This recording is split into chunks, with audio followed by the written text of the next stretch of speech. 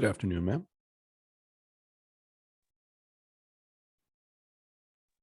Howdy, everyone. How you been, Cyrus? Not bad. How are you? Hi guys, look at how many here. Yay. Howdy. Of course, it is 1 o'clock, isn't it? Just a sec. I'm gonna go shut my door Kids. here.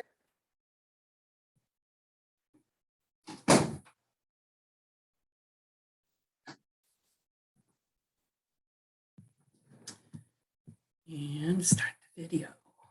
Okay.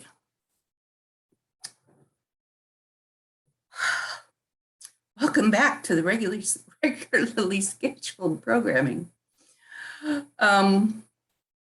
Yeah, today we're going to be talking about content marketing. And actually, when I started reviewing the material and stuff, I realized what a shift there has been in the last few years, and kind of like how much content marketing is really a part of the media that we, ingest, that we read and listen to and watch every day. And yeah, I think it's going to be a very interesting conversation. And I hope we can have some conversation about it, because I really am interested to hear what you guys have to say. So first of all, okay, let me just go over to, let's go to the whiteboard. I'll go to the whiteboard here. And we can do a little bit of brainstorming. So think in terms of content marketing. What do you think of when I mention that term?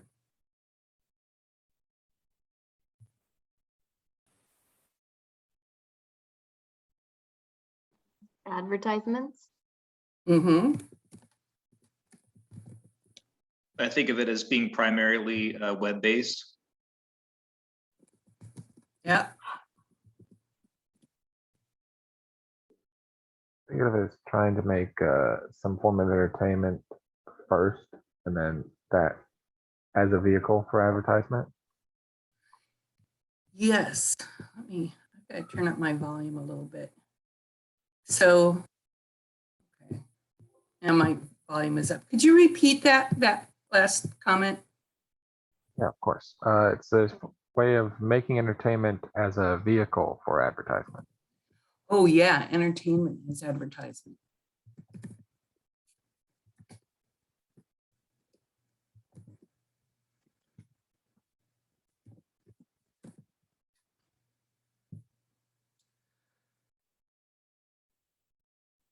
Any more thoughts or ideas? I can have a few suggestions, but I'd like you guys to let me know. Think of some examples. What are some examples of content marketing that you maybe have run across?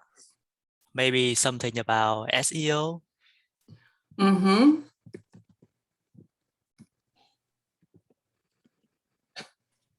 That'd be maybe product placement in a movie or TV show.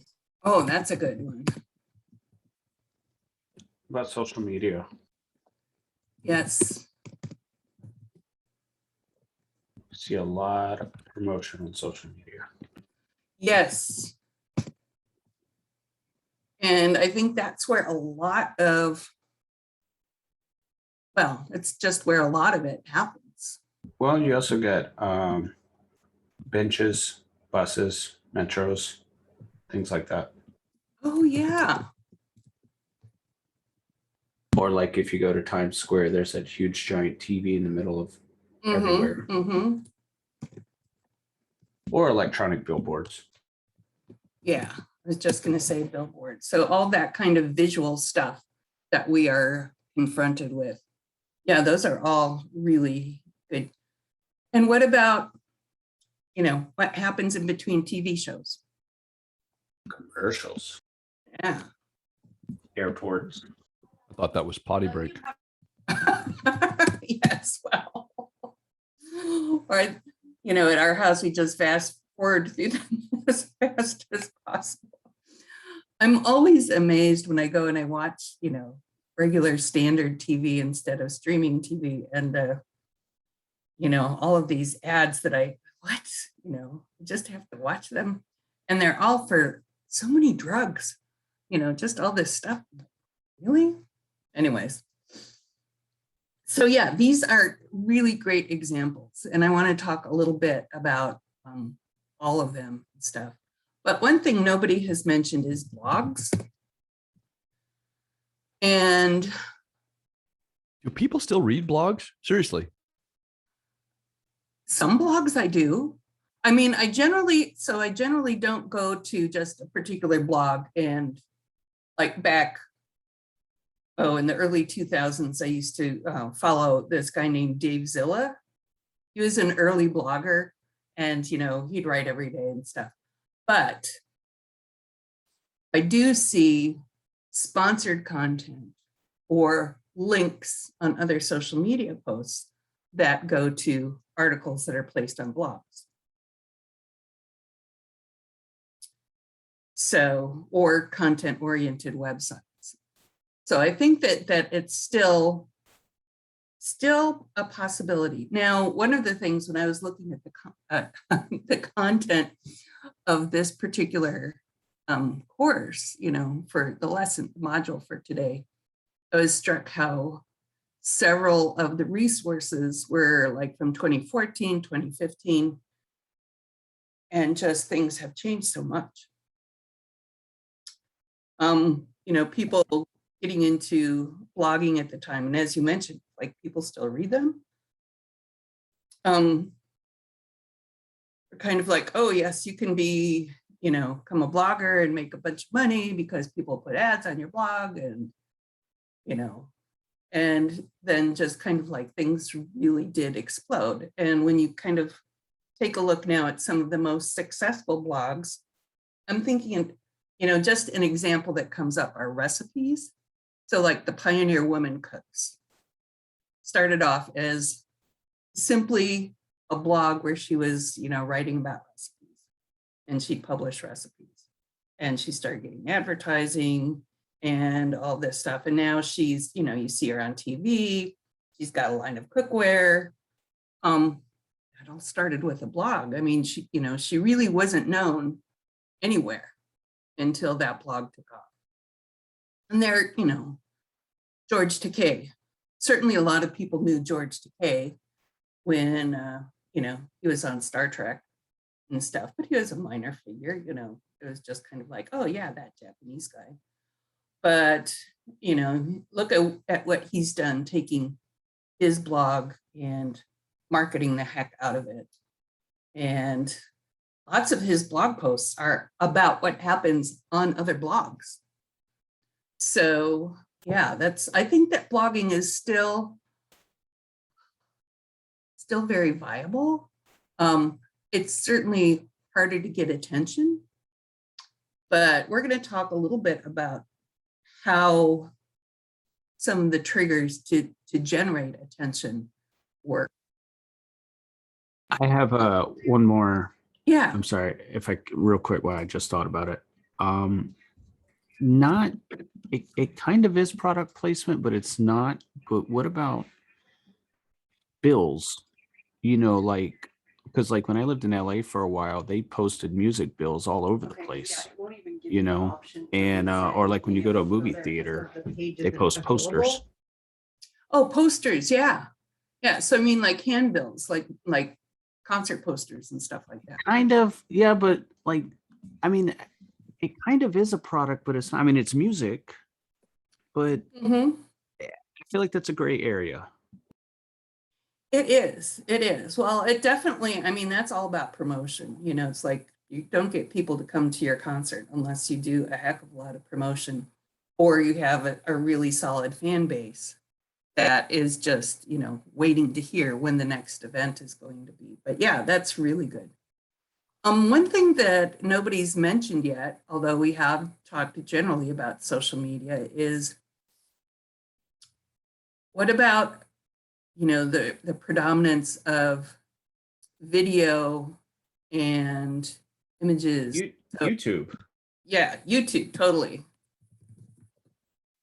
And TikTok. What about podcasts? I'm sorry, what? What about podcasts? Podcast, definitely. Are you talking about like sponsoring a YouTuber or running an ad on that? Because I'm not sure what the reference is. Well, so YouTube, There's reviewers. yeah, lots of people have, generated and gotten viewers, regular viewers, and based on YouTube content. So their video blog or whatever, and it's like, oh, okay, this is going to be the knitting pattern of the week. And so, it's like all of a sudden, this person who publishes, knitting information, or look at the guy. Sponsors. I'm sorry, what? Sponsors as well. You get a Yeah, lot of them that get sponsors. sponsored by people. Yes, yes. So yeah, it's really, something that is just becoming such a part of our online environment. And so yeah, sponsored content. If you go on, Facebook or WhatsApp or something, lots of times there's, the general people's like, oh, look at my, beadwork and, or, I made this origami thing today.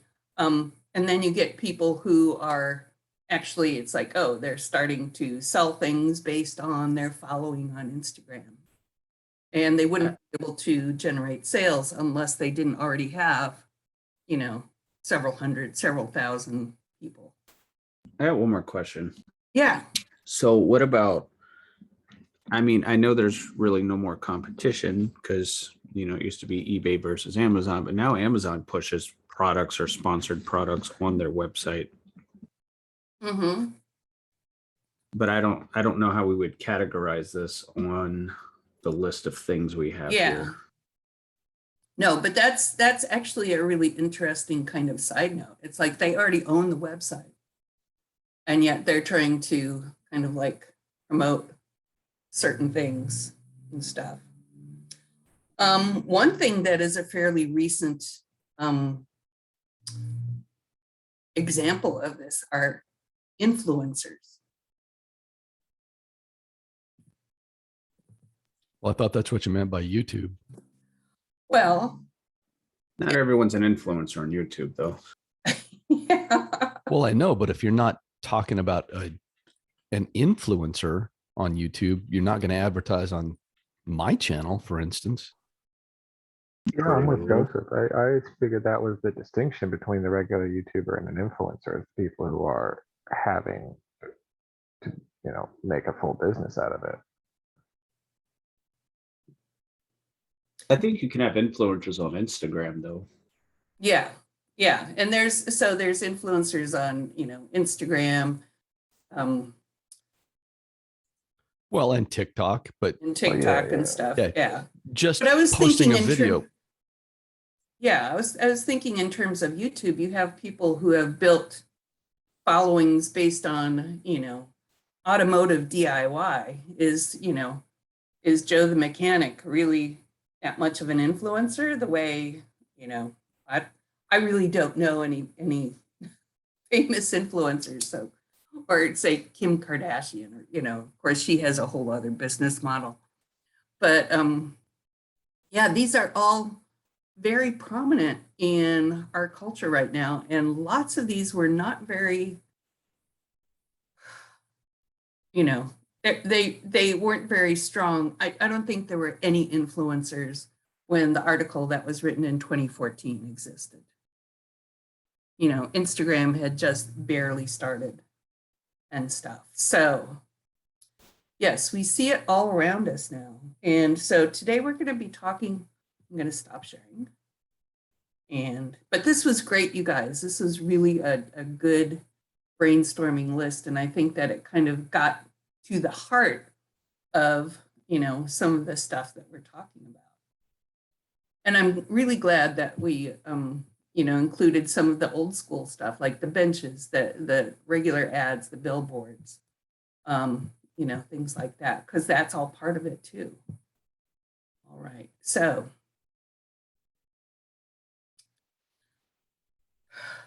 Yes, so basically, all right, so now I'm going to share screen and we're going to go back to the module.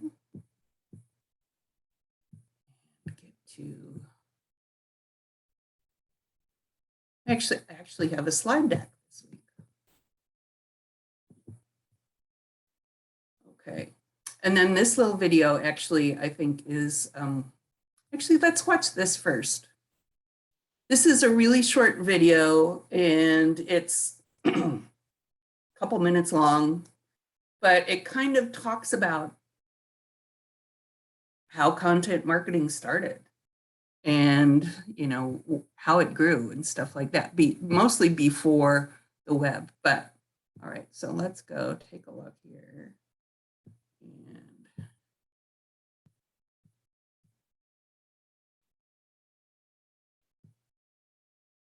I'm going to try just playing it. If you guys don't get the audio, let me know, and I might have to go out of the screen share and come back again. Are you getting audio? Yes. Okay.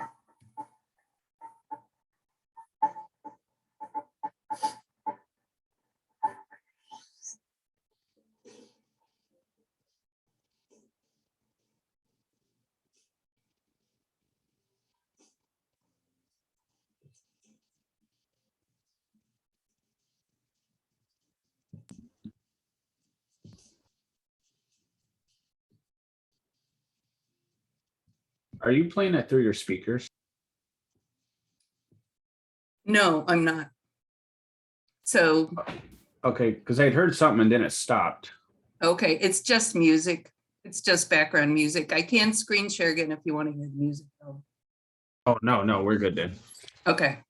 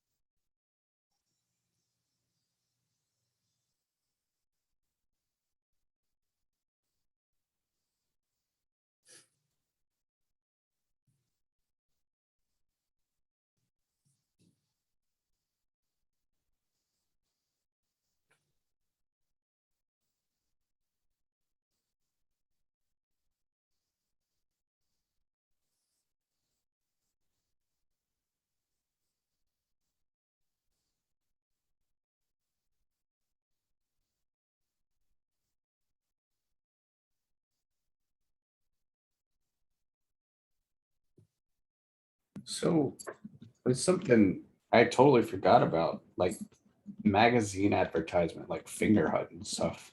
I forgot Yeah. about that.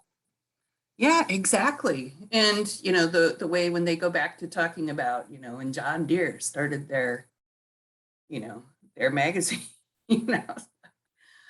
And so, yeah, a lot of this stuff is totally, it's not super new. Some of the other things that it talked about that I'd forgotten about the Will It Blend videos. Do any of you guys remember those? No, I remember Will the it blend? majority of that stuff. Yeah. Yeah. It was totally just off the wall. And really that was kind of like one of the first times that somebody was, they were trying to harness the power of YouTube. By being silly, and it worked. Being silly, yes, and getting attention for being silly.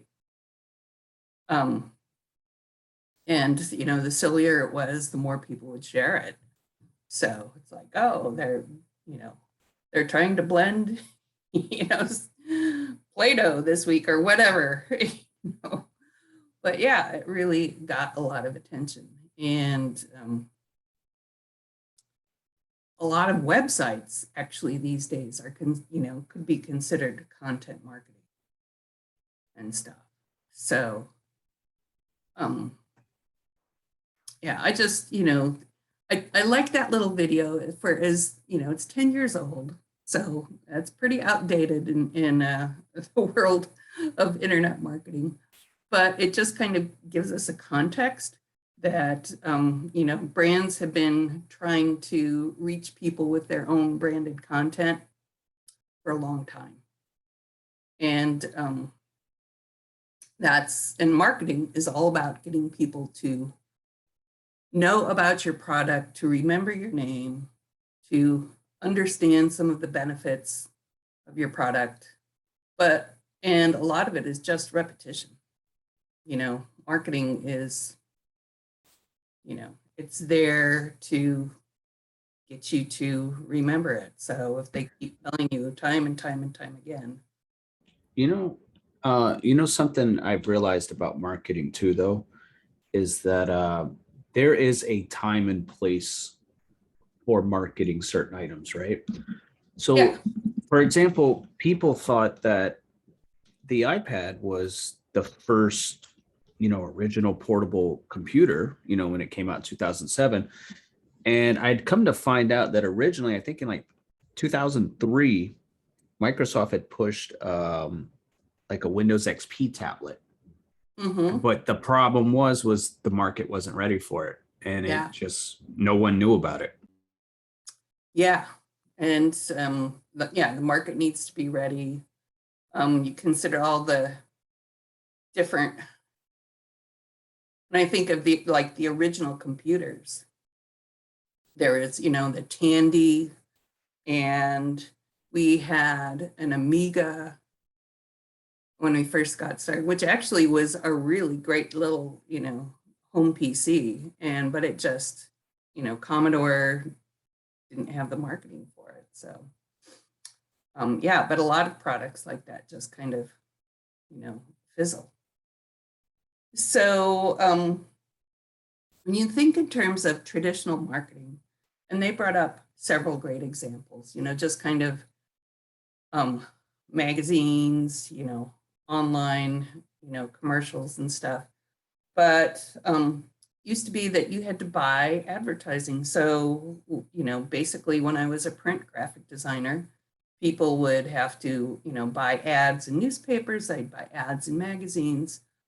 Once in a while they could afford, a TV thing, but that was really expensive. So, most of my employers and clients back in the day did not advertise on TV. Sometimes they do radio, but basically those were the only ways to get in touch with people. Oh, and direct mail. So actually, printing stuff on paper and sending it to everybody, and which is pretty expensive. And it takes time. It takes like 6 weeks to get a direct mail piece out to everybody. So yeah, that's really slow. But you look at what has happened to newspapers. Let me see. At one point I had a slide about that.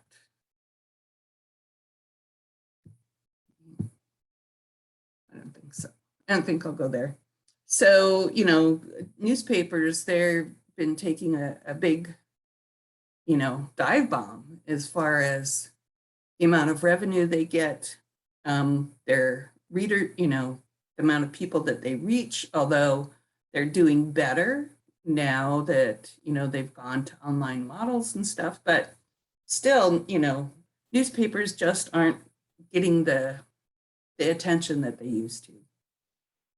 I think, magazines, people still like magazines, but I think for the most part, I have a little bit of time and I want to read something entertaining, I'm going to go to my phone or, watch something on my laptop. So things have really changed quite a bit. All right, so now let's go to my slide deck, which I think I have to go here and then minimize it.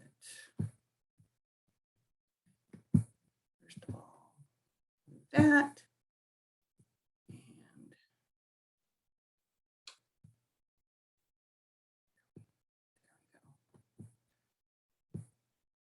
oh, no, my slide deck was the one before.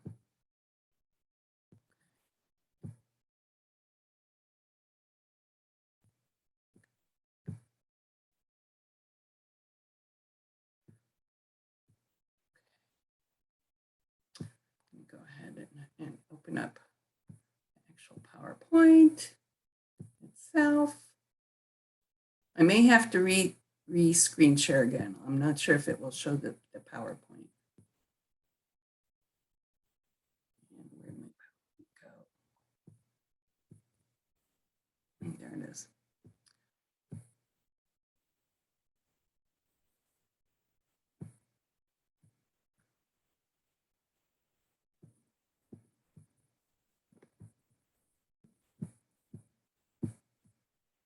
Okay, are you guys able to see my PowerPoint right now? Yes. All I see is the canvas. Okay, let me stop. I have to, because every time I switch to a new app, I have to reshare. So there we go. Can you see it now?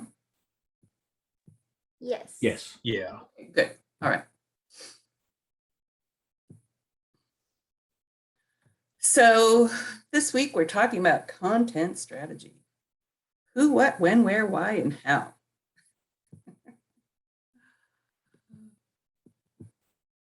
All right, so.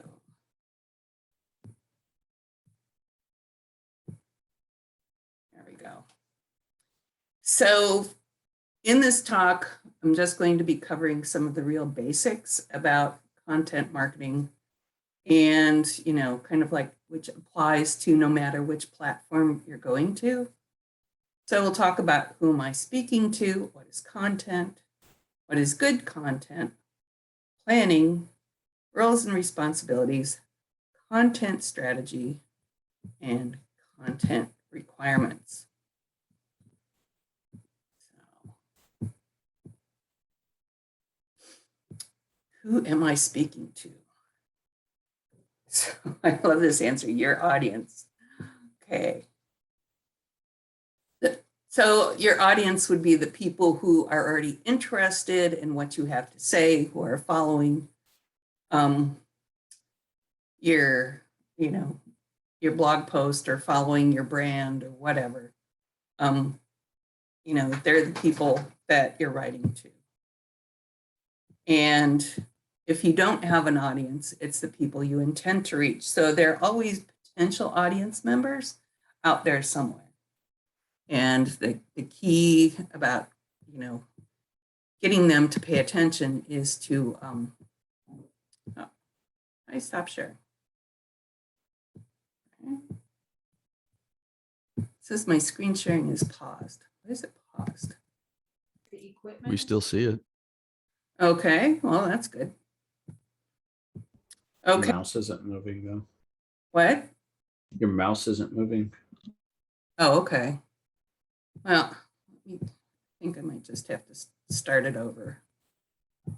Zoom was getting. My last class was having problems with Zoom with screen sharing. He kept having to end the call and restart it. Okay, well, maybe it's a Zoom issue today. All right.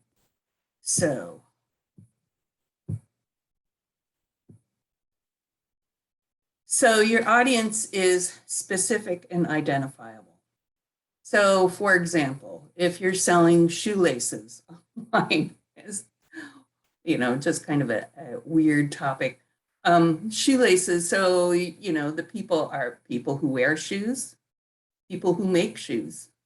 And, I don't know what people would use shoelaces for as a craft product or something. There might be some use of shoelaces you don't know about, but you can identify who'd be interested in your product pretty well. So, what is your content? And what is good content? So, actually, can I go back to what is content? What is content? So, content can be, information, it can be storytelling, it can be, news reports, it can be, online interviews, it can be infographics,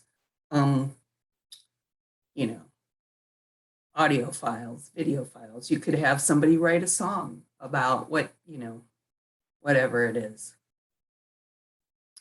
So there's so many different ways that you can share content with people. You can share slideshows with people. This is all very, much part of content. So basically anything that you write, record, take photos of, share, all that stuff can be content. So what is good content? Something that's appropriate. So it makes sense for the brand or whatever it is you're trying to communicate. Something that's hopefully useful. User-centered. So basically it makes sense for the people that you're trying to reach. And these are all from alistapart.com. So a checklist for for content work. So you want it to be appropriate. You want it to be useful. You want it to be user-centered. So the guy who tells you how to change a head gasket on your Volvo on YouTube is, he's ticking off all of those. Clear, consistent, and concise. And supported. So these are, I think making sure that it's very clear and direct, that it's consistent with, both the messaging in the content, the messaging on the rest of your blog or podcast or whatever. Concise, I think, is really important because our attention spans have gotten to be like that of a gnat, practically. I know my attention span for, videos that somebody shares with me that I'm not really, I'll give it about 30 seconds. And if I don't, if it doesn't really interest me beyond that, I'm out of there. Wasn't it, I think the speaker, was it last week or the week before, that was saying, you get the information, and once a person goes to the website, you got like 8 minutes or 8 seconds to hook them in. Yeah, that was last week. Yeah. That was from Trisha. Yeah. And good memory, you guys. Oh, I want to apologize. I did get Trisha's video posted last week, but I didn't publish the page until today. So I'm sorry. I was thinking, oh yes, I got it posted. So if anybody needs a refresher, feel free to go back. And I'm also way behind on grading. So if you end up rewriting something, that's okay. So appropriate, useful, user-centered, clear, consistent, concise, and supported. What are you referring to when you say supported? Well, Supported would be something that I think would be consistent with industry standards. So if I was saying something about the shoelace example, if I was promoting shoelaces, I'd want to make sure that, our shoelaces are, fit standard sizes of shoes, that they make sense. But here's one of the other things that has really become such an issue in the last few years is it's really easy to promote misleading content and content that, gets an emotional response. So, on Facebook, one of the things, that you've seen quite a bit is, people who will share. So I saw this one yesterday, a picture of an old lady saying, oh, today's my 99th birthday and I don't, I bet I can't get 99 likes. Well, maybe it was her birthday, but the original post was a year and a half ago that was shared. The person who was posting it was Black, and all of her other content did not feature anything about this woman. Or sometimes you see these, it's like, oh, look at this poor child who has brain cancer, I bet she won't get one share. So those kind of things totally appeal to your emotion to get you to share it, to get you to interact with it. That reminds me of those old, for 20 cents a day, you can support this child commercials. Yes. I feel like it goes a step further with some of those. It's not even about appealing to your emotions. It's more just appealing to, like, you don't want to be the one to not share, Exactly. Exactly. It's like, oh, if I don't say amen on this one, people are going to think I'm, heathen or something. So yeah. A little meme I saw about what you just said, the amen thing, right? It was a little bit dark humor, but somebody had posted a meme and they're like, unfortunately, sir, your wife was 2 amens away from surviving. And I'm like, no one really takes these things serious. Yeah. So it's just, and in the last few years, the proliferation of intentionally misleading content that totally appeals to emotions has gotten to be really, really a strong influence in our culture. And we're going to talk a little bit about that in a minute. But for now, let me finish this deck and then we can go on to that. So good content is appropriate. So hopefully it's appropriate. Meets the needs of your business and your audience. So if I'm, producing, an ad or just a blog post, on my Serious Media site about, if I were to write a blog post about content marketing, it would both meet my needs and hopefully those of my clients.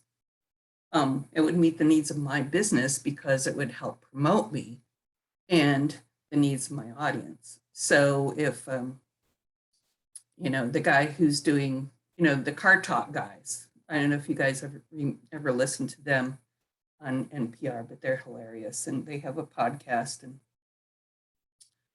stuff. But, a lot of, if they had marketing, it would all be about, automotive stuff.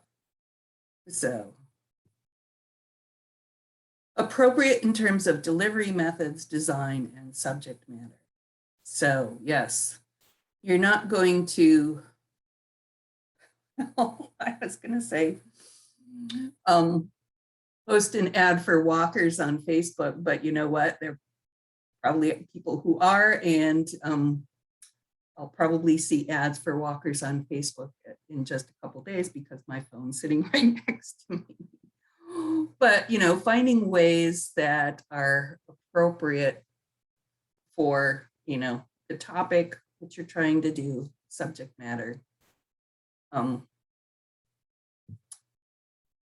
useful when it helps your audience meet their goals. So yeah, one of the things about, the car help YouTube videos is it helps you, change your oil.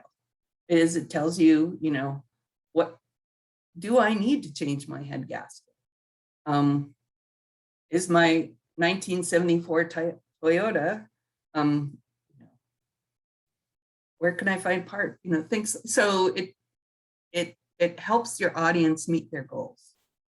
And lots of times with those kind of videos, people wouldn't even find it unless they're Googling bad head gasket 74 Toyota. So good content is useful. Yes.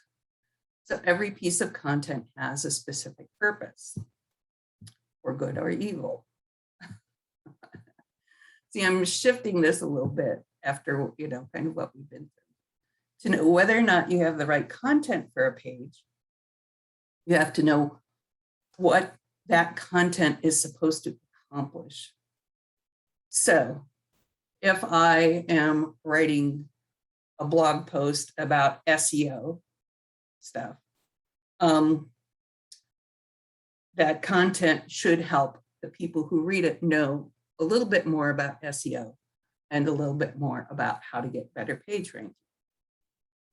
If I were to write about SEO and to spend 3 paragraphs talking about the history of search engine marketing, it might be interesting. It might be applied to SEO, but it's not going to help my clients get the better results. So being very specific is very helpful. Good content is user-centered. So the content must adopt the cognitive frameworks of the user. That's pretty interesting. So yeah, so you see a lot of the misinformation that we've been seeing online last year or two, just about COVID or politics. We've seen so much political stuff.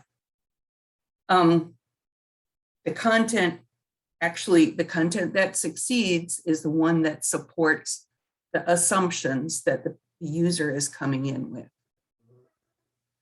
So, don't you agree, Rupert? You want to go outside? Just a minute. I have to let it off. There you go.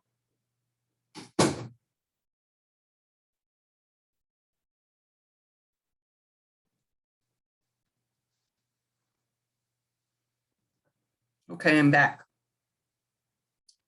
So, user-centered. This means that you avoid business jargon and speak the language your users will understand.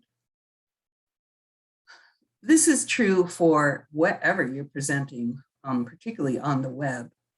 So when I worked at OHSU, for example, the doctors would ask us to, put content up on the website using all of the full medical terms and all this stuff, which was scientifically accurate and, made them sound like big shots. Anyways, but. And it made the users tune out. Yes, it does. It totally makes the users turn out. And it doesn't help them know whether or not that applies to them. So instead of talking about cardiac hypertension, use the word blood pressure. It's like, it mean the exact same thing. But if somebody's Googling on, for information, accurate information, they're going to go with blood pressure. And if your website says cardiac hypertension, they're not going to find that information or even know what it means. So yeah, talking in the language that users will understand. Good content is clear. So there's no confusion when your content is consumed. Well, that is really helpful.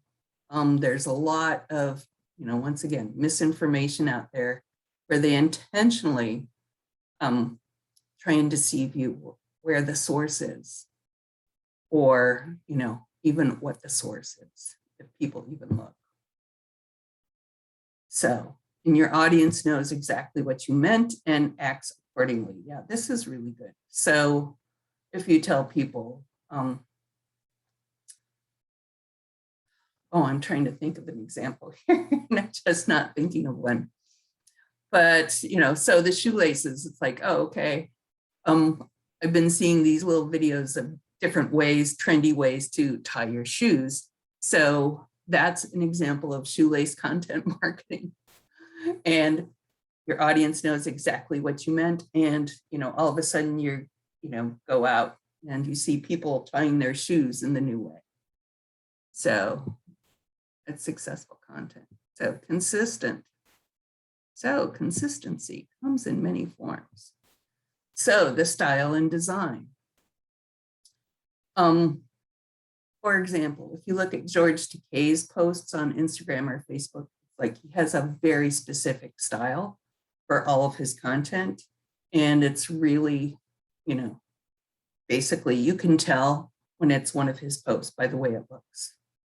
Or Pioneer Woman Cooks is another example. So it's like all of her stuff has, you know, the same header, the same colors, the same fonts. So that helps you know when you see that content, oh, that belongs to so-and-so. You see a Nike ad. You know, Nike has a very, you know, of course, a distinctive logo and also kind of a unique approach to advertising. So at first you might wonder, it's like, oh, what? Who's? And then, oh, yeah, this is a Nike ad. I totally get it. So citations and references. This definitely is one of the ways that you can tell good content from bad content, is looking for what are the citations? Where does this information come from? And links back to it. And consistency is schedule. So somebody who has a blog post once every, you know, every week on a Monday and every week on a Thursday is totally going to, you know, be consistent. And so you can pretty much rely on. So concise, just the right amount of content is produced based on the needs of the audience. How long are TikTok ads again, or TikToks again? They vary, I think. Isn't there a limit though, like 30 seconds or something? They max at 3 minutes. At 3 minutes? Yeah. So, and that would be a pretty long form TikTok, I would think. Definitely. Yeah, so the right amount of content is produced based upon the needs of your audience. If you're trying to get somebody's attention right off the bat, you know, you need to do it. One of the things that is so annoying to me is when people post, oh, they start, I think in terms of when people do Facebook Live, and I've seen this happen so many times, and people are like, oh, I'm going to be live on Facebook, and they get live on Facebook and they spend the first 10 minutes like, oh, well, geez, oh, it's so nice to see you. Oh, hi, you know, it's like, oh, this is so great. I'm so glad to see so many people here. And they spend, you know, several minutes just kind of like interacting with everybody. But it's like, if I'm here to listen to you talk, I don't have time, you know, for all of this. How do you know what to include?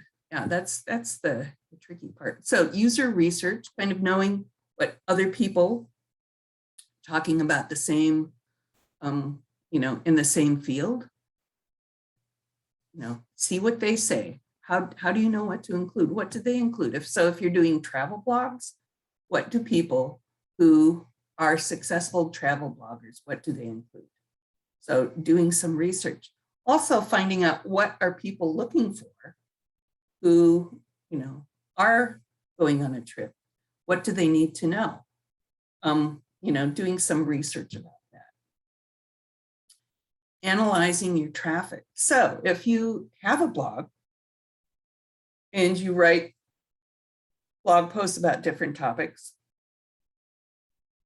I really don't call myself a blogger, but I do have a few blog posts, and or I just look at I look at my Facebook feed and I go through and I'm like, look at which are some of the ones that people interact with, or I thought this was really interesting and nobody liked, it got no attention whatsoever. So, kind of like taking a look at your history with some of the content you've already put out there can really help.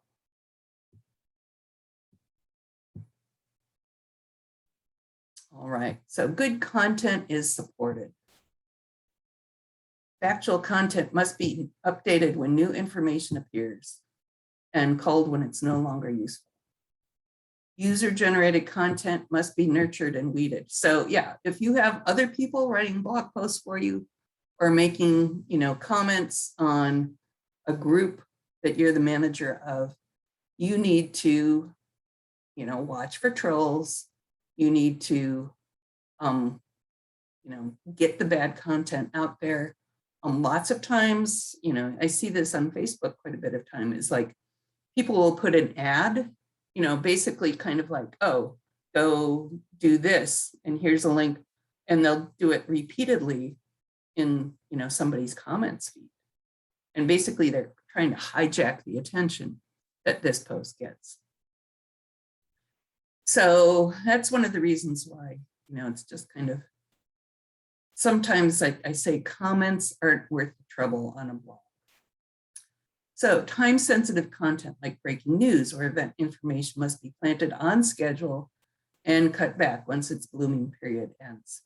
So yeah, there's nothing worse than having 6 weeks of blog posts ready to go, and they go out every Friday. And then all of a sudden you talk about something on Friday right after, a school shooting happens or something, and it totally puts your blog post in a totally different light. So you need to be aware of what's going on. So how do you plan your content? So first of all, if you're on a website where a number of people are working together, say a news site or a magazine or something, some people will be authors, and then some people will have editor roles. And so the author would submit their content and the editor would review it and make sure that it's correct. The curator would be the person who would kind of like be the one to check when content is out of date, is no longer, topical, stuff like that. And the marketer. So you get all this stuff out there.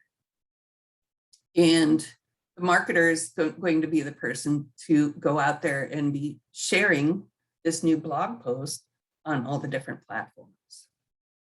Or, notifying, or the podcaster talking about, well, I've got a whole post that I wrote about this, but, this is our topic today. Sometimes this all is the same person. So, but these are the different roles, the different kind of tasks that you would end up doing. So, content strategy. So your first strategy is to evaluate kind of like, what is the need? What are people looking for? How does it fit in with the rest of my content and stuff like that? And then of course, design. So you might say, hey, this would be really great for an infographic. Or I just want to have a cool header photo of, a snake going through the desert with a Joshua tree and, whatever. So figure out what your design criteria are, and you execute it, make the blog post, you do the video, you practice your TikTok dance, whatever it is.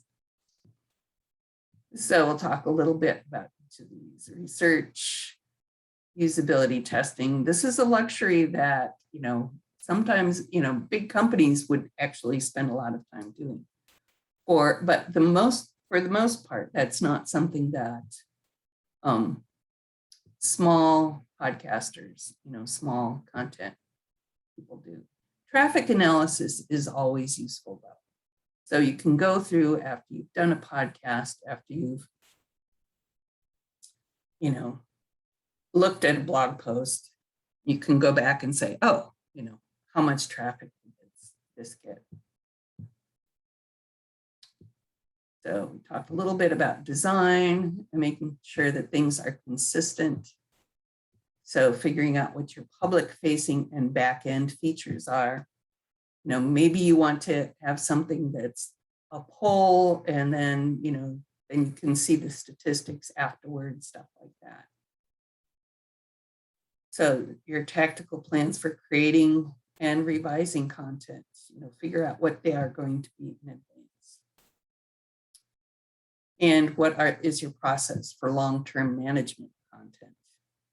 You know, do you just kind of try and review everything at the end of the month? Do you do it like every 6 months? Exactly.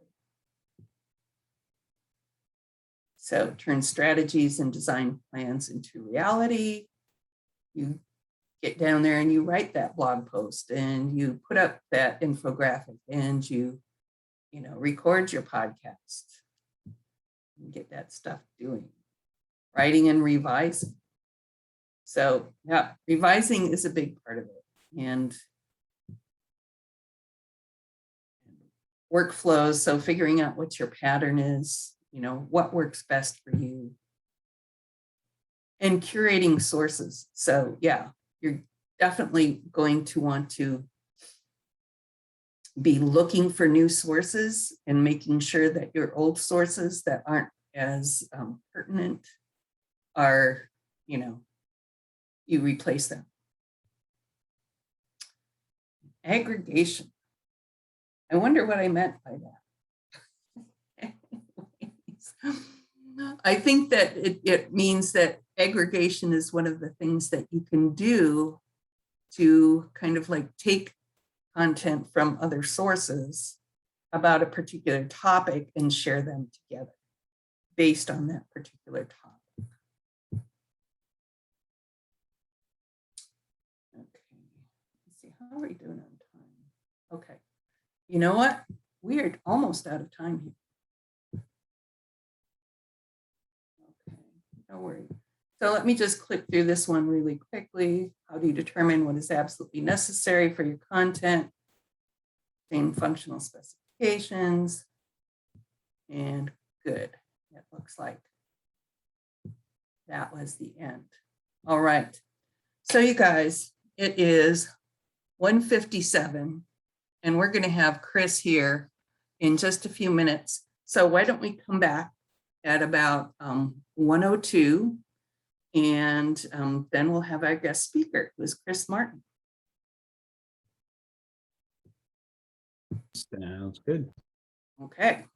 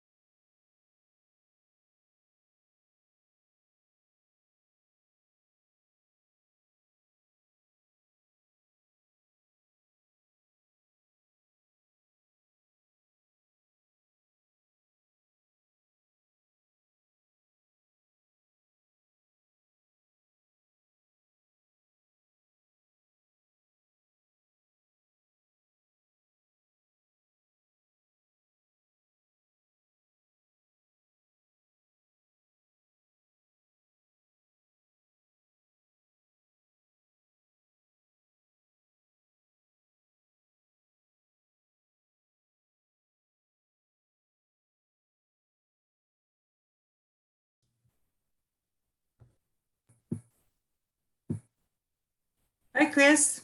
Hi, Feline. Sorry, I went to the wrong link. Oh, no problem. I gave them until 2:02. We're on a 5-minute break.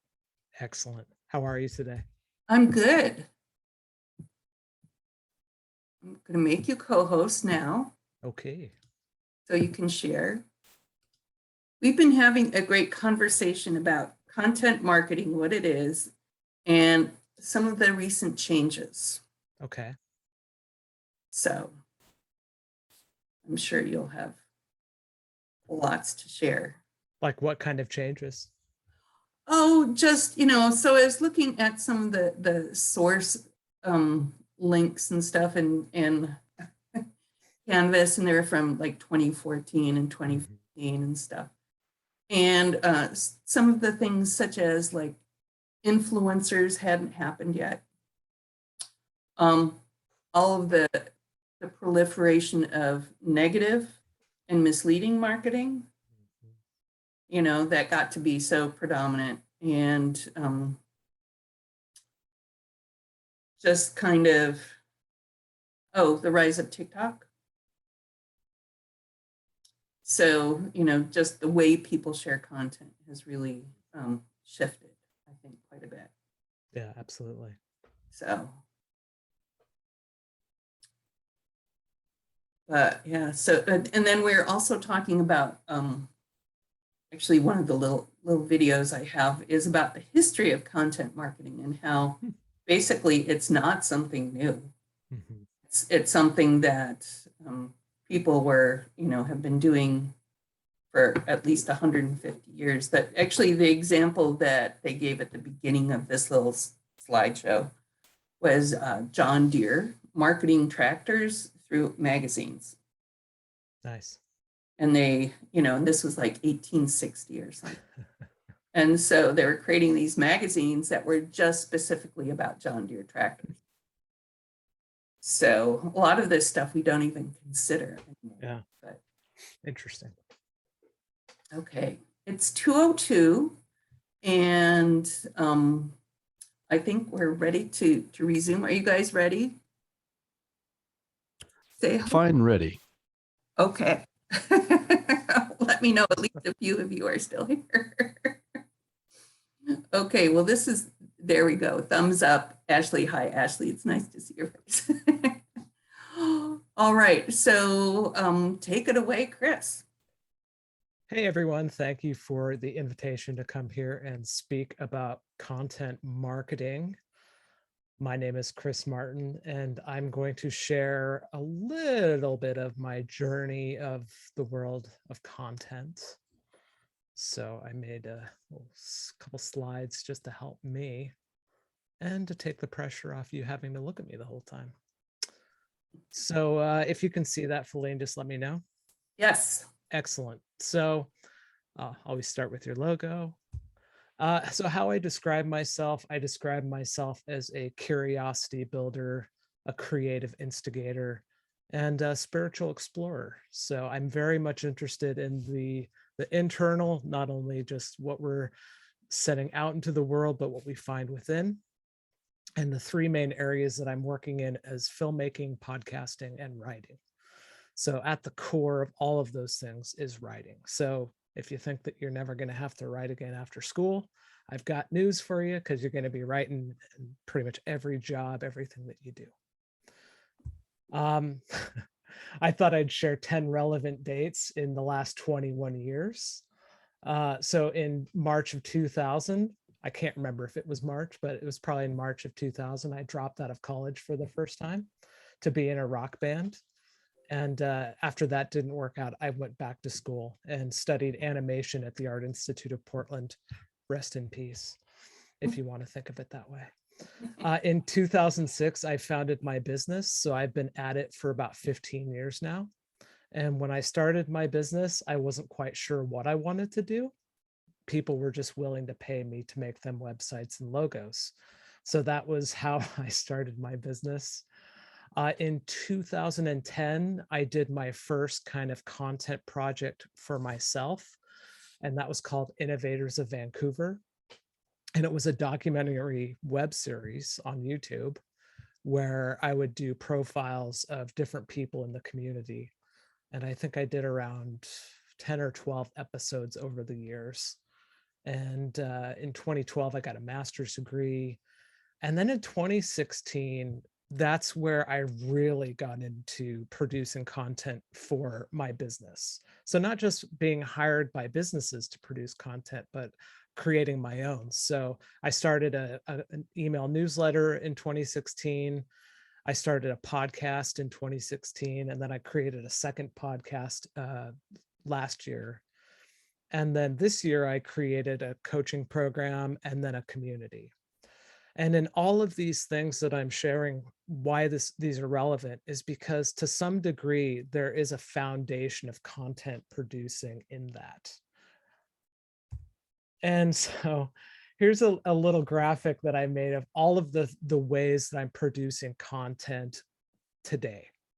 So at the top is my business, Chris Martin Studios, and I get paid by businesses to produce content for them. So whether that's a video sharing about a product that a Christmas tree farm makes that's going to be sold at Home Depot, to creating podcasts for clients. The next tier is my community and my podcast. And then the tier below are all of the different kind of, I would say, projects that haven't fully died, but aren't like the main thing. So in terms of the hierarchy of importance, business is the number one priority. The next tier are the kind of, when I have time, I'm going to spend there.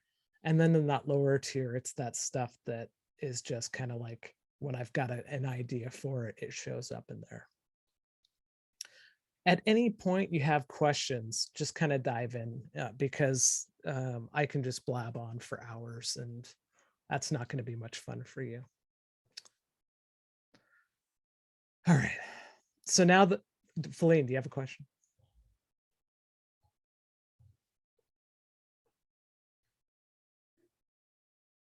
I think you're muted. No, I don't have a question. Okay. I was fidgeting. Okay. I just saw your hand up. So cool. So kind of an insight into the content world. So at the top, Chris Martin Studios, so I'm producing videos, which means I'm doing a lot of writing. I'm meeting with clients to talk to them about why they want to make a video. And then I'm kind of putting a plan together that takes the idea out of their head, puts it into production, and then edit and then release it for them. And so right now, one of my main clients had to transition their business from an in-person kind of like on-site teaching to doing it online. So we've been doing a lot of content producing where they're just filming their lessons and then editing them and releasing them online. And it was how they saved their business, really. They were able to really create a digital version of their business model so that they could make money. With the podcasting sides of things, so with podcasting, I have my own podcast, but I'm also helping people to define their own podcasts. And so that's been very rewarding as well. And then what I thought I would really spend a lot of my time kind of talking through today for you is to give you an insight into all of the different tools that you're going to come across today and into the future. So one of the reports that just came out yesterday that was kind of commissioned by a platform called Mighty Networks was really what the future of the content creator world is going to be. And so I'll send that link to Feline if you haven't seen it already, but it was a really cool kind of insight into where things are going. But I wanted to give you a snapshot into, I mean, all of the different tools, the exhausting list of tools. I'm exhausted just when I came up with this list. I'm like, oh, wow, I use a lot of tools. So these are all of the different tools that I use on a consistent basis. And when I say consistent, if not daily, weekly. And actually, I think I saw your eyes go big where you're like, oh my gosh, this is a lot. And it is a lot. So at the core, I put writing and layout first because I use a program called IA Writer to write everything. And it allows me to write in what's called Markdown. And what's awesome about Markdown is that it can be converted into HTML and it can be copy and pasted into WordPress, and it will convert everything to valid HTML. And I've been using it for so long that I can actually just think in Markdown. And when I'm writing longhand too, by pen and paper, I'll write in Markdown so that I know what's bold, what's italic, etc. And I use this for everything. I use it for coming up with a podcast idea, or if I'm writing a quick presentation like this. And then last year, Bruce Elgort, actually, I was sending something to him for him to proofread for me. He's another professor at Clark College. And he's like, dude, you need Grammarly. You need to like proofread your stuff before you send it to me. So if anyone in here has gotten feedback from Bruce, he doesn't pull any punches even with his friends. So Grammarly has become a really important tool. I've even used it to proofread tweets and stuff. I'm that anal retentive with it. It's an excellent tool. It's worth the pro version if you want to really analyze your writing and get better. And then I'm experimenting with a long form writing tool called Scrivener. And it's a pretty neat program. It's not a subscription, so you pay for it once. I like that, as opposed to the Adobe suite where you pay for the rest of your life. And then Adobe InDesign. And then for graphics, Photoshop, Illustrator, Lightroom, I've been using them for 21 years. And so it's pretty cool how far they've come.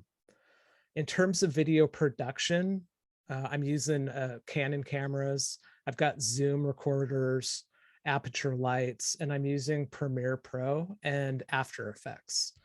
And Premiere Pro and After Effects is a great combination where you can edit your video, but then add those motion graphics in there as well. And just so you know, as I'm talking about this, I'm a team of one, which means I am touching all of these different tools myself. I'm not delegating it out to anyone else. And then in the world of podcasting, it's a whole different set of equipment and a whole different set of requirements. So right now I'm using an M Audio mobile pre-USB device, which basically takes this microphone and converts it to a USB signal so that I can talk to you and sound clear. I have a mobile unit that I bought before the pandemic started. Great purchase, really insightful. I'm going to buy a mobile in-person unit before a pandemic. Yay. So it's an 8-track mixer that allows me to set up different microphones and talk to people. And it's a pretty awesome setup, actually. So I've used it a couple of times when we opened back up periodically. And then I host all of my audio files because my podcast, Getting Work to Work, has 560 episodes. And so I use a service called Blueberry, which allows me to upload 500 megabytes of content a month, which is pretty awesome.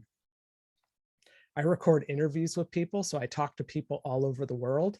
I just released an interview with a friend who's in Australia. He's a blind filmmaker. And so we record using Zoom and Zencaster, and then I edit everything with Adobe Audition. It's a really fast tool to be able to take an audio file and really do some amazing things with it. But then here's where things get really fascinating. So I was just kind of listing hosts and platforms because I think that's probably one of the things that you've talked a lot about, not just social media, but what are all the different tools and platforms that you're going to be familiar with. So, I host my websites on a platform called SiteGround. I used to use a cheap service called HostGator. It just got slower and slower to the point where I did all my friend, friend requests like, hey, Chris, will you make me a website? I'd put it on HostGator. And then I put all my stuff on SiteGround so that it was nice and fast.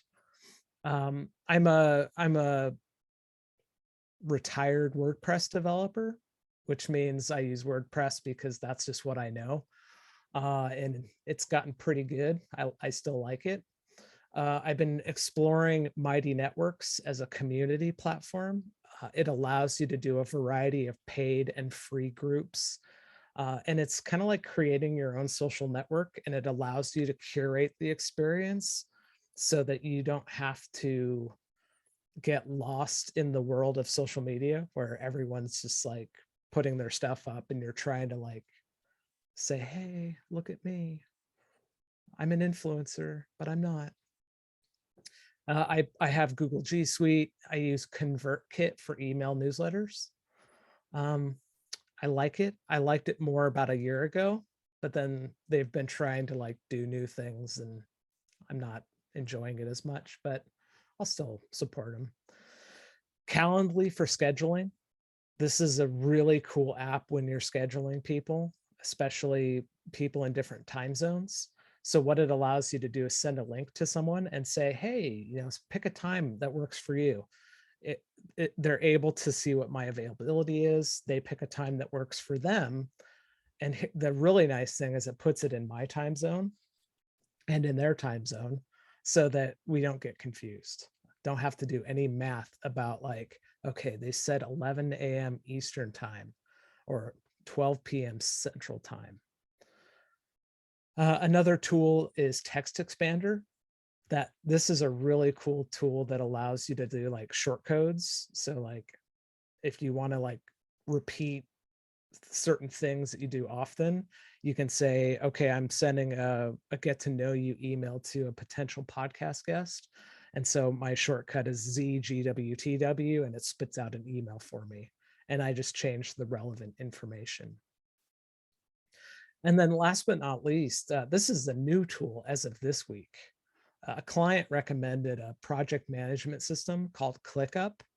And ClickUp is pretty awesome because it allows you to take the best of all of the tools like Asana, Basecamp, Trello, and put it all into one tool. And I'm actually digging it. So that's my latest experiment.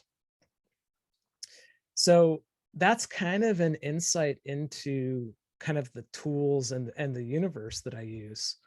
And so on a weekly basis, I'm producing through Getting Work to Work 2 podcast episodes a week.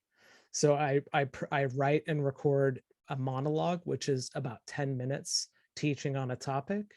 And then I release an interview, which are generally about an hour long. And so that's kind of what I'm doing on a weekly basis. And I send an email newsletter plus all of the client work that I do on a consistent basis. So that's kind of like the 20-minute overview of the world of content. And I'm going to pause to take a breath to see if anyone has questions. Don't be shy. I have one question. So how many hours does it take you to basically produce a podcast? So when it comes to the monologue, it takes roughly like maybe 30 minutes to an hour to write it and prepare. And then roughly, real time to record it. So I would say from start to finish, it could be anywhere from like 1 to 2 hours. Mm-hmm. And then with the interviews, sometimes it can, for an hour-long interview, it can take me an hour and a half, sometimes to 3 to 4 hours, depending upon whether they have been on podcasts before. So some people aren't like naturals at it and you got to like really polish them, or you just don't care and you just let them be as they are. It just kind of depends. Because there's some people when I have a guest on where I'm like, ooh, I really want to take some time to make them sound as best as they can. And when I've done that, it's actually turned into work where they'll hire me to do work for them.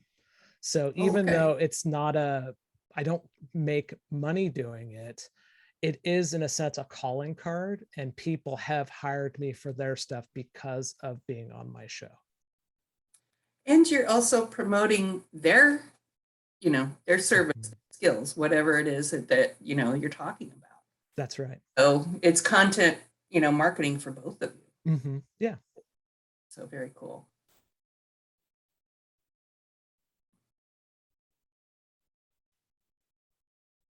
Oh, come on, you guys, you must have some more questions. What part of that pays you, and how much do you get from which, or at least, just percentages? In terms of like all the different things? Yes. So I'm just going to share real quick, just so you can kind of see. So the top one, I would say that I make everything from the client work that I do as Chris Martin Studios. With Curiosity Builders, there is a paid group within that, which is kind of like a monthly membership, and I have one subscriber to that. But that's more of like a long-term thing. So I'm building up slowly. Everything else is all a form of promotion and marketing to these two things here, to Chris Martin Studios and Curiosity Builders. So that makes sense. That's a lot of just kind of like stuff that points to all the other things. That's a great question, because it's often one that I get asked of, just like how much work do you need to do in order to get more work? And the answer is a lot.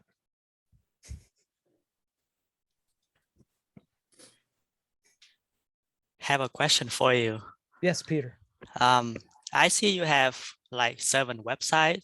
So how do you manage all of that? Do you do this by yourself, or do you hire somebody else to do it for you? I do it all for me. So yeah. So there's some stuff that's going to be updated on a consistent basis. So like getting work to work, for example, like I'm in there every week adding new posts that then syncs out to the podcast apps. All right. And then Chris Martin Studios, it's mainly just kind of like updating when there's a new project or a new service that I'm offering. And then the rest are just things that come and go as I moved, as I get inspired. Do you sell your podcast, or is free? It's free. All right. So and if it's free, how do you make money from that? Again, it's something that if you want to make money with a podcast, like you have to get like at least 1,000 downloads, like the minute a podcast hits. So like when you see people like Joe Rogan or Brene Brown or Barack Obama or, these giant names of podcasts, they're getting these deals because they're going to get thousands upon thousands of downloads the minute a new episode hits. But for the rest of us, we have to get creative with how we use podcasts or our content to ask the question, where are we leading people to? So if you think of like a traditional sales funnel, where at the top is the introduction to you or your business, you want to create ways that people can start engaging with you at low cost or free. And then as they get interested, they get to the bottom of the funnel where they might spend thousands of dollars with you. All right. So it's thinking about, how am I going to really get them through and build that relationship with them, so that then you can be, top of mind when they want to do a project. All right. Thank you. Yeah, great question. So Benjamin, the question that you asked, what are the ways you advertise yourself to potential clients? So for me, it's primarily word of mouth. So I get all of my jobs from people that I know. And so for me, it's really about building relationships, which means that's the slowest way to really advertise yourself, because I'm not trying to like get a job from someone. I'm trying to build a relationship with them. So when I'm advertising myself, it's just kind of like checking in, saying like, hey, how are things going? What are you working on right now? What's new in your world? There are recurring customers that come back seasonally at different points in time, but I don't really do a lot of just like, I don't worry too much about advertising, mainly because since I am a one-person show, it can be exhausting to like do all this work and then advertise it. So I'm playing to my strengths as opposed to the other things. Good question.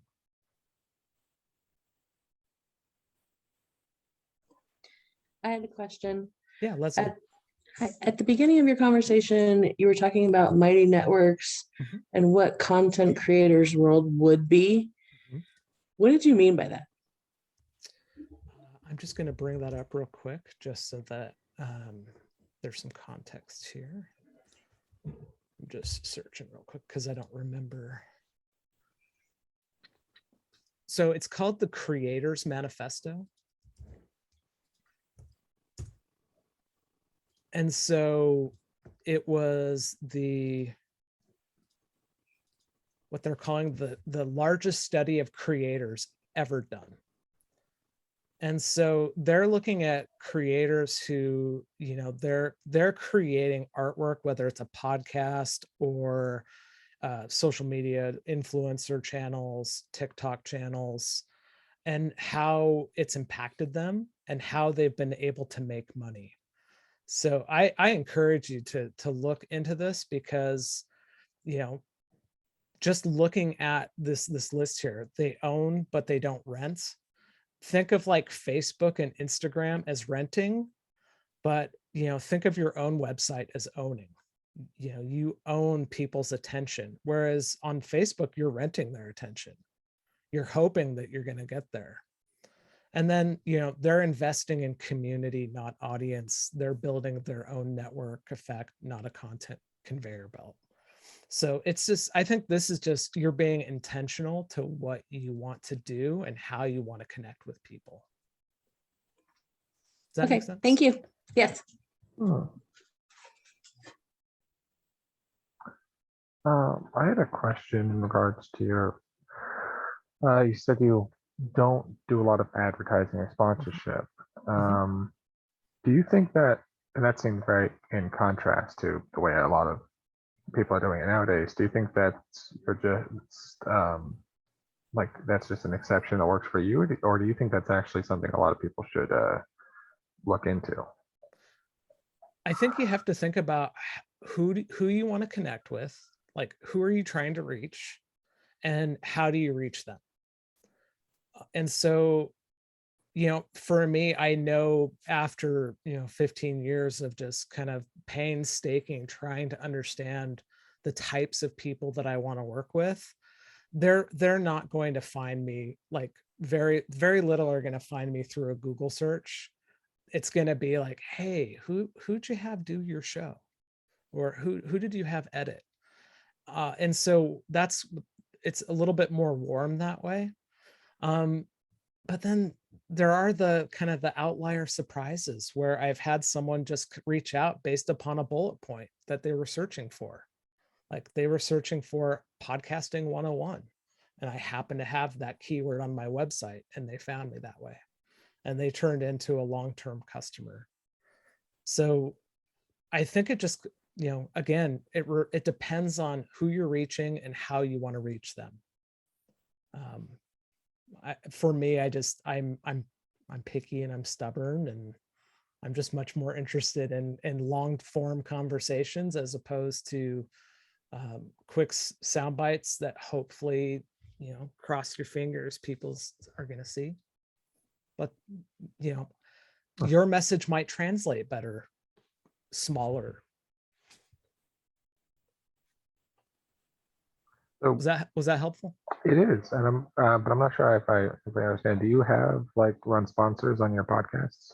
No sponsors, no. Okay. Again, because just like making money on your podcast, sponsors want to know how many people are listening to your show. So, you know, it's called cost per million. but it's measured in thousands. So enjoy that paradox right there.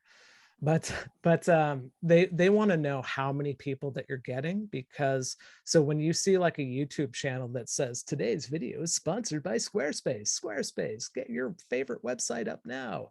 You know, Squarespace knows that how big their audience is, that what the reach is going to be, and they're going to give them money based upon that reach. So I'm nowhere near, you know, Squarespace sponsorship level. But maybe in 5 years, I don't know. I don't do it for that. I do it for networking and building that relationship with people. All right, cool. Thank you. Mm-hmm. Plus, then you're not beholden to the sponsor, you know, having to, you know, advertise their stuff. That's right. It gives you, especially if you don't like Squarespace. yes, exactly. More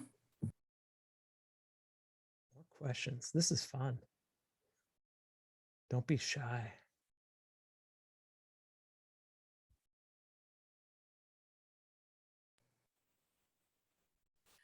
I liked what you said about how you are actually renting space when you're on Facebook or Instagram or TikTok or wherever. And you're also playing by their rules. So your content is totally, whether or not it's seen by people, you know, you're playing by their rules. And just this whole news reports about how Facebook gave angry emojis 5 points and like emojis 1 point is totally, it's like just totally stacking the deck. And it's not the way I think most of us would want our content to be presented or to be effective. Right. And, you know, one of the things that I think is the most important thing, whether you're renting on social media land or, you know, creating your own land, is start reconciling the fact that not everyone is going to like you. I am a people pleaser, which means I want everyone to like me. But I've had to do a lot of work, internal work, of just like recognizing that I'm not for everyone. Not everyone is going to like me. And the same goes for you. But there are people out there that want to hear what you have to say, that want to be challenged, that want to be entertained, that want to be inspired, that want to be educated by what you have to offer.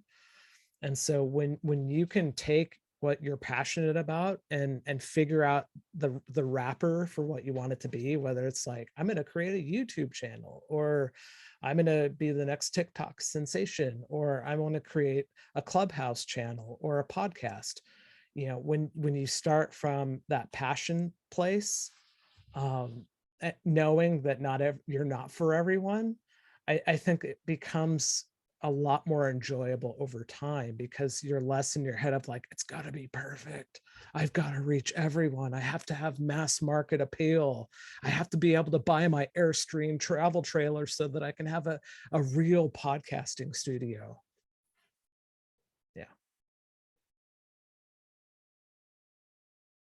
Although an Airstream trailer would be cool for a podcasting studio, but you know. Do you think you'll ever hire anybody under you, or do you plan on always doing this on your own? Benjamin, that is a fantastic question. I think that's a question that I'm wrestling with. I don't know the answer to that question. I do periodically hire people to, like, I commission artists for promotional things. My wife helps me out with some things every once in a while. So it's like there's little things here and there that I would. I kind of like the idea of just working with, I'm blanking on the title, like contractors. Yeah, contractors. And just, you know, working with other business owners who have their solo things and coming together to create larger teams that way, without the responsibility of always having to provide financially for someone. I mean, I don't want to be an agency. I've worked with enough agencies to sniff out the BS pretty quickly. And I'm not a fan of that model, but I like the idea of scrappy misfits coming together to create larger teams when they need to. And then we can all go on our stubborn way and create our own stuff. But again, this is what works for me.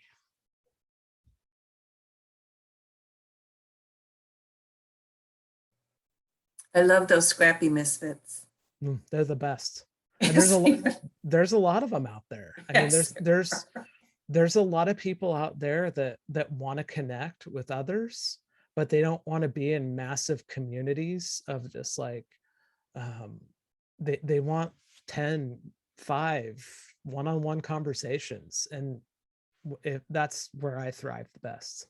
Like, I don't want a large platform, but I want an engaged platform.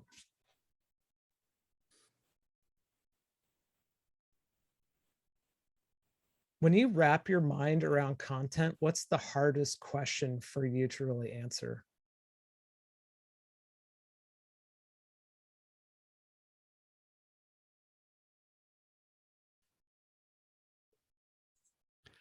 I'm sitting here thinking I would love to have a podcast, and I have no clue what it would be about.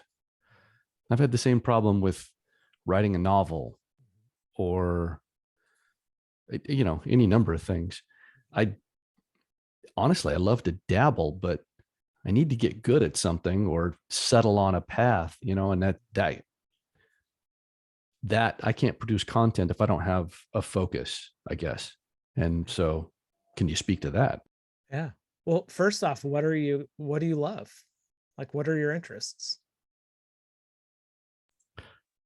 I sing, I play video games. I'm a retired soldier, so I've got years and years of experience doing stuff that doesn't translate very well into the civilian world. Yeah. Therein right there lies a very interesting podcast idea. The things that don't translate into a civilian world. It requires this kind of thinking about, what am I interested in? What can I talk about? Where can I really speak from my experiences? And be honest about it. And so I think when you're coming up with an idea for something, I think the idea is starting where that interest is and trying to find, the way forward from that, as opposed to what doesn't exist out there. How will I speak to what doesn't exist? I tend to start from that within. But then here's the unfortunate thing, Joseph. Like, once you what comes first, the focus or the discipline? Like, when you went to boot camp, like, were you focused or were they drilling you in discipline? Oh no, it's all about discipline. And Right. I've learned that sometimes self-discipline is putting yourself in a position where discipline is imposed on you. Yeah. So same thing, I mean, is in the world of content creation and content marketing. Like, self-discipline, sometimes you have to put yourself in a position where you are motivated by a deadline, or putting it out into the world where you're like, I'm launching a show on July 1st, 2016. Oh crap, it's June. I better get on with that. But telling people that care about you, saying, I want to do this, will you hold me accountable? This is when I'm going to launch it. It doesn't have to be public, but you just have to get someone alongside of you to hold you accountable. And I know discipline and accountability are words that we don't really want to hear. We want this magic bullet where we'll instantly get like hundreds and thousands of likes and listens and downloads. But it's just like, you have to go through the day in, day out of doing it on a consistent schedule. And then I think allowing yourself to change and evolve as you do it. But you got to start somewhere. That's and awesome. Thanks. I would say, to give you a little bit of encouragement, you've got a really good radio voice. So you've got a lot to work with. So go for it. Thank you.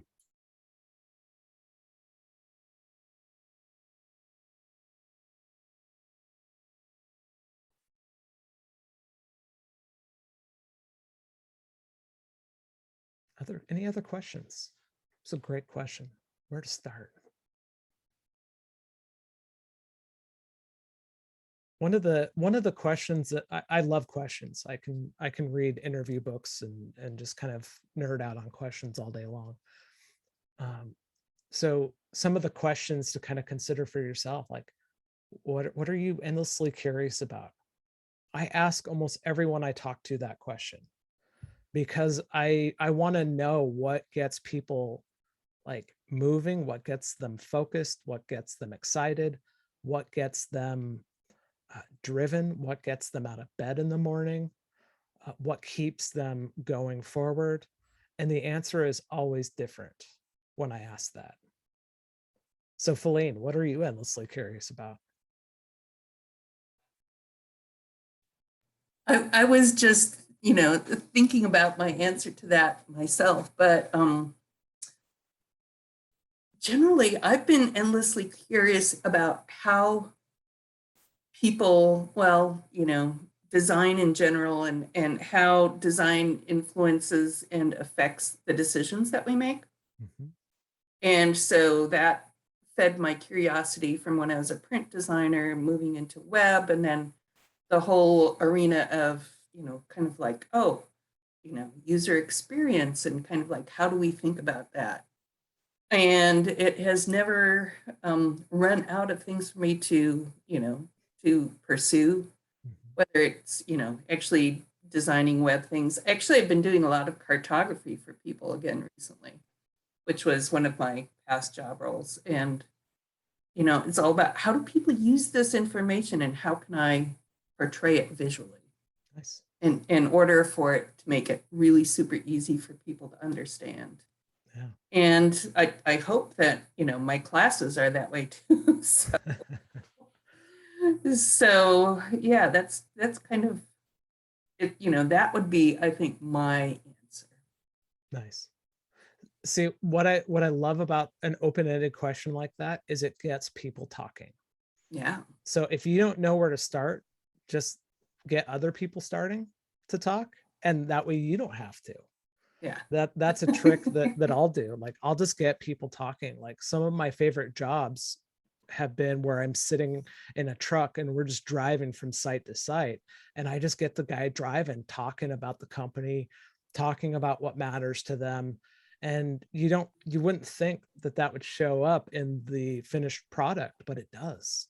Like, you start learning about what their values are. You start learning about what they care about. You start learning about how they treat their employees. So it's like all of that stuff dictates what you end up focusing on. Definitely. Very cool. Well, I think that we are just about out of time because I want to review the next week's assignments. Cool. But yeah, thanks so much, Chris. This has been just fascinating, and really appreciate you taking the time. Yeah, absolutely. And if anyone has any questions about anything I said, feel free to reach out to me. Feline, you can share that contact information. But Okay, definitely. And are you on LinkedIn too? I am, yeah. Okay. Awesome. Cool. Well, thanks so much. Yes, it's You bet. fascinating. And I loved seeing the list of all the different equipment that you used. Yeah, that was exhausting to look at after. I'm like, oh my gosh. Yeah, exactly. Awesome. Enjoy the rest of your quarter. Okay, thanks a lot. Thank you. Thanks, Take care, Chris. Chris. Thank you. Bet. See you. Okay. All right, so let me see if I can get back to Canvas. Which one of these screens is Canvas? I'm gonna have to go make sure that I've got like 6 different browsers open. Which is the right browser? Okay. Go back to Canvas here. Just a second, you guys.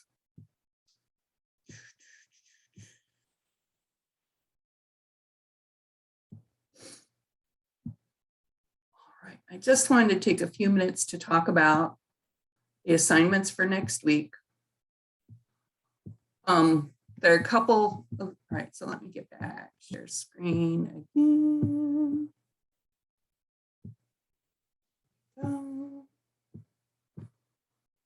Okay, so there are a couple of panel modules pages here that we didn't get to. Lecture notes aren't that much big a deal, but I found this video, and so we'll open it in a new window. Firefox doesn't like it. So Neil Patel is a search engine, he's an expert in search marketing and stuff. So basically, he's talking about how content marketing will change in 2021. And it's definitely worth watching, because there have been some shifts. And this is one of the things that I was talking about, how 5 points for anger, 1 point for likes. So a lot of the stuff that's been coming out about Facebook recently shows how skewed the content that we see in Facebook is. And I think it's really important to take a look at that. So I think that you can just hide this panel and read the article, but it explains so much about how, so much of the content you see on Facebook can be very toxic and misleading. So that's just one of the areas. And then this one here talking about influencers. So when I started teaching, I didn't know anything about influencers. And the first time I came across a student whose job goals, their professional goals were to become an influencer, I was just like, what the heck are you talking about? So I still don't think that it's a real great career plan, but there are some people that really make, they're making a ton of money off of it for a period of time. This Ignite, this actually is kind of the PowerPoint presentation content platform. And so what Ignite presentations do is you can have 20 slides, you get 5 minutes, and the slides automatically switch. So every 15 seconds, the slide switches, and it kind of like makes you have to deliver your topic really quickly. So it's kind of like TED Talks, but shorter. So I just kind of wanted to introduce that mode to you guys. I think that for our final presentation, you're going to be asked to do an Ignite style talk. So just, I wanted to give you some examples there and start taking a look at it. They're only 5 minutes long. Some of them are great, some of them aren't, whatever. All right, so we've got the weekly writing assignment. I'm asking you to research content marketing, and I'm saying it should be published in 2021 because there has been I think a pretty big shift in it and a lot of new developments. I see 2 people have already submitted. That's great. Don't worry about rewriting. I just, but I think for the rest of you that haven't done it, I think I'd like to keep all of the references, research and content marketing to be current because it has shifted. And then of course, the weekly guest speaker writing assignment about Chris, and I promised to get caught up on my grading. And let's see. Oh, okay. Here's the extra. So a content strategy map.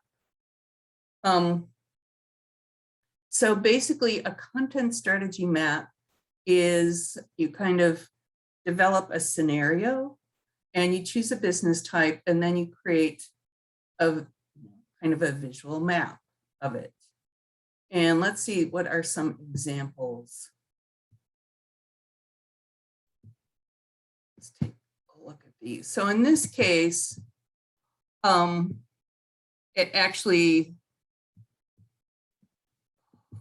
give this full screen. I can't even read it. Okay. I still can't read it.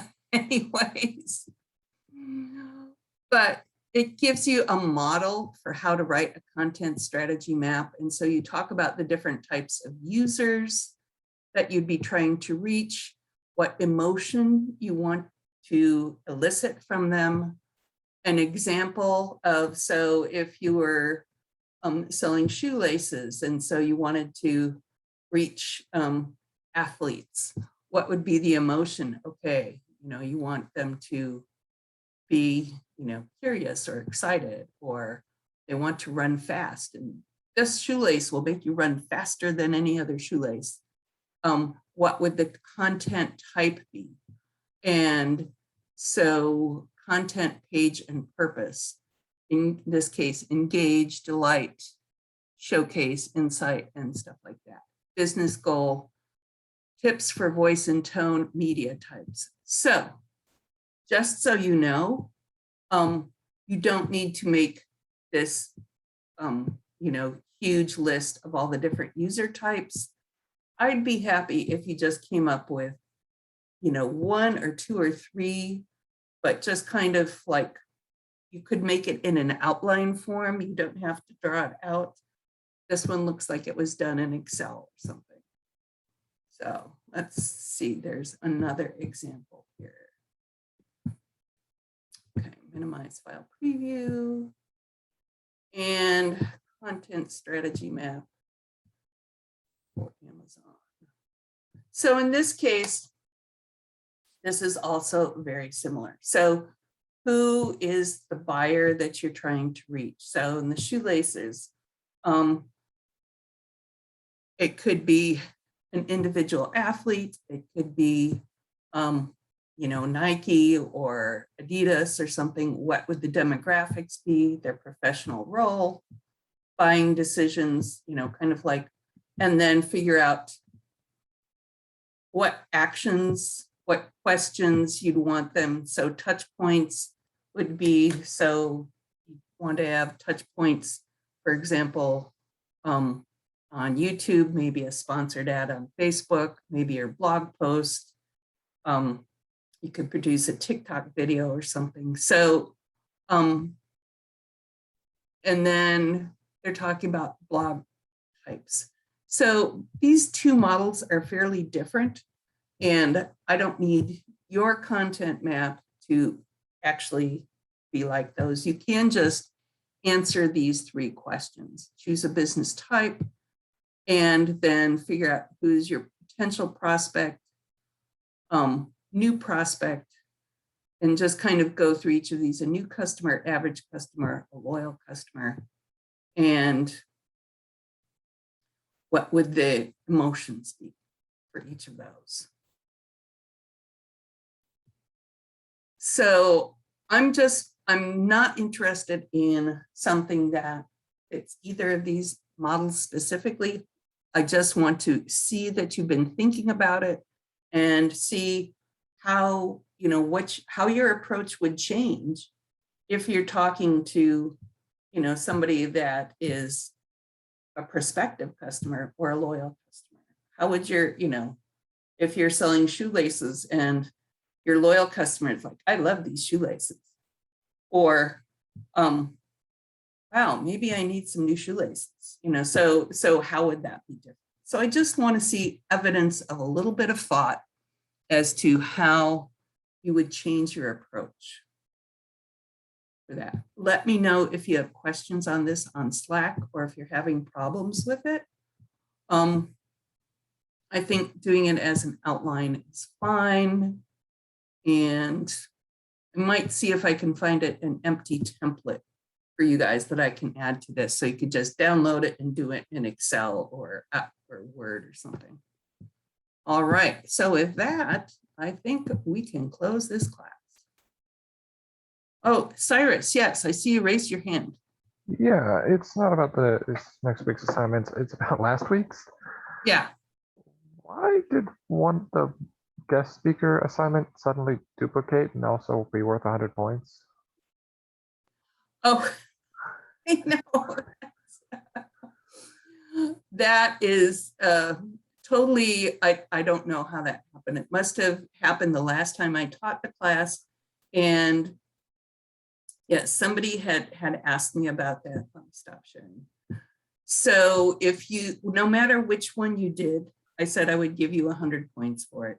So if you did the 20-point version, that's fine. If you did the 100-point version, that's fine too. I think it was the 100-point version that was actually in the module, and the 20-point version was in the assignments, but it wasn't in the module. So I need to go in there and, first of all, if any submissions were there, I need to grade them. You guys will get credit, and I will give both assignments 100 points because that was the one I had posted in the module. And thank you for asking that. No worries, thank you. I Okay, turned in good. both just to be safe. All right, so you guys, next week, I think we have Aaron Hockley, who will also be a very interesting speaker. So go out there, have a great weekend, subscribe to Chris's podcast if you like podcasts. He always has interesting conversations. All right, for now, see you guys later. Thank you. Thanks. Have a good Bye. day. Thank you. Bye.